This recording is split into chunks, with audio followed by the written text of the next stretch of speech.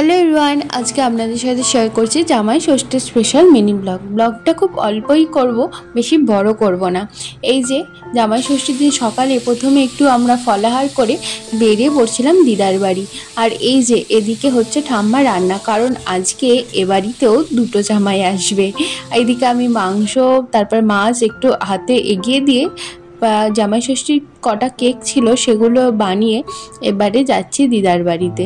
মানে আজকে আমার মাসির মেয়ে জুইতারও জন্মদিন, তাই একই দিনে পড়ে গেছে আর ওখানে আমাকে যেতেই হতো। আর এই যে জুইতা, ওরাই প্রথমে এসে এখন হাতে হাতে কাজ করছে। আর এই যে এখানে এসে আবার আমাকে আরও একটু খেতে হলো। তারপরে গেলাম রান্নাঘরের দিকে, এদিকে কিছুটা কাজ করার ছিল, মানে ওই আর কি হেল্পিং পারপাস। তারপর এই যে এদিকে ফাইনালি চলছে এখন কেক কাটিং। সবাই চলে এসেছে, দিদির জন্য ওয়েট করছিলাম।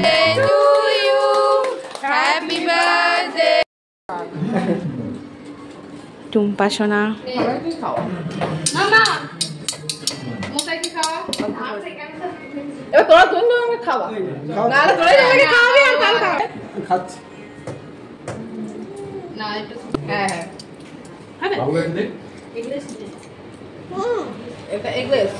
অল্প করে খাই, মানে রাইস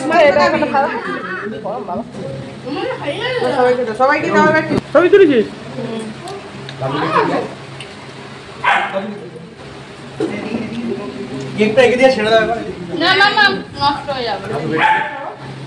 আর জন্মদিন বলে কথা, কেক তো মাখতেই হবে। চলো, এবার অনেক মাখামাখি হয়ে গেছে, অনেকটা বেলা গড়িয়ে গেছে। আর এরপরে চলছে প্লেটিং। আর কাঠের উনানের রান্না, তাও আবার মাটন, কতটাই ভালো হবে দেখেই তো বোঝা যাচ্ছে। আর এদিকে সবাই কাজ করছে, মানে জামাইও হাত লাগাতে ভুলে যায়নি। কি ভালো। হরে কৃষ্ণ। জামাই কাজে, এখন জামাই অন ডিউটি। আর এই যে এদিকে আমাদের খুব একদম simple menu, fried rice, mutton, পায়েস, চাটনি, শাক ভাজা, আলু ভাজা, মিষ্টি, এইসব। আর এদিকে তারপরে মাসির আসতে দেরি হচ্ছিল, তাই আমাদের টুম্পা মাসি এখন সবাইকে ফোঁটা দিয়ে নিচ্ছে। আর আজকে সনদদার আর জয়িতার একসাথেই হচ্ছিল বার্থডে, মানে আজকে ডেটটা হলো জয়িতার, কিন্তু সনদদার এই মাসেই জন্মদিন, তাই মাসি বললো একসাথে সেলিব্রেশন হবে। আর আমার মাঝে মাঝে এত কনফিউশন লাগে, আগে ছিল দাদা, এখন হয়ে গেছে মশাই, মানে কী যে বলবো আমি নিজেই কনফিউজড। আর এই যে এদিকে তারপরে কেক কাটিং শেষে প্রথমের ব্যাচ বসে গেছে। আর এরপরে আমরা একটু সার্ভিং করে দিচ্ছিলাম। আর তারপরে আমি, বিপাশা, মশাই, টগরি সবাই এদিকে খেতে বসে গেছি।